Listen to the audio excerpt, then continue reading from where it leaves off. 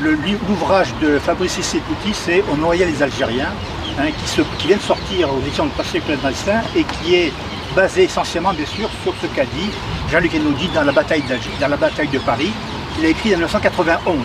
Et effectivement, simplement la Ligue des droits de l'homme effectivement était présente en tant que partie civile aussi au procès Papon, et de rappeler, c'est très important, au-delà de Papon, ça a été dit en partie, effectivement, c'est pas Papon lui-même.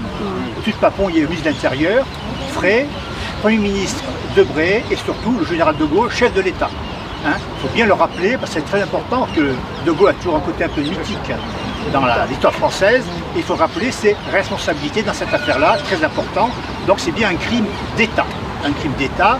Et en ce qui concerne l'ouverture des archives, non seulement les archives historiques, mais également les archives judiciaires. Parce qu'il y a un certain nombre de procès qui ont été faits à ce niveau-là. Et par rapport à ce que tu disais à l'instant concernant les procès, effectivement, à la suite de ce que Jean-Luc Einaudi avait dit comme témoignage au procès Papon, il a été couvert d'immunité du témoin, il a fait le même témoignage dans Le Monde. Et à ce moment-là, Papon l'a poursuivi en diffamation à Paris en 1999, et effectivement, Jean-Luc Einaudi a été relaxé.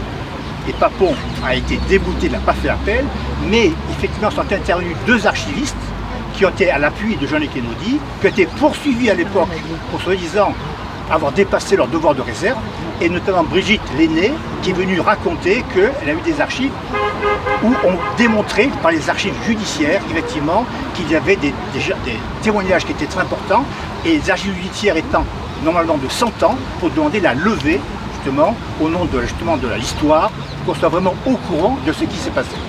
Par conséquent, la Ligue des droits de l'homme, depuis le début, est présente dans ce combat et soutient avec toutes les associations présentes la reconnaissance. Et effectivement, monsieur Claude, vous êtes là, c'est important. Il ne suffit pas de dire, mais il faut acter. Par conséquent, nous souhaitons que vraiment cette plaque soit posée ici très bien, rapidement.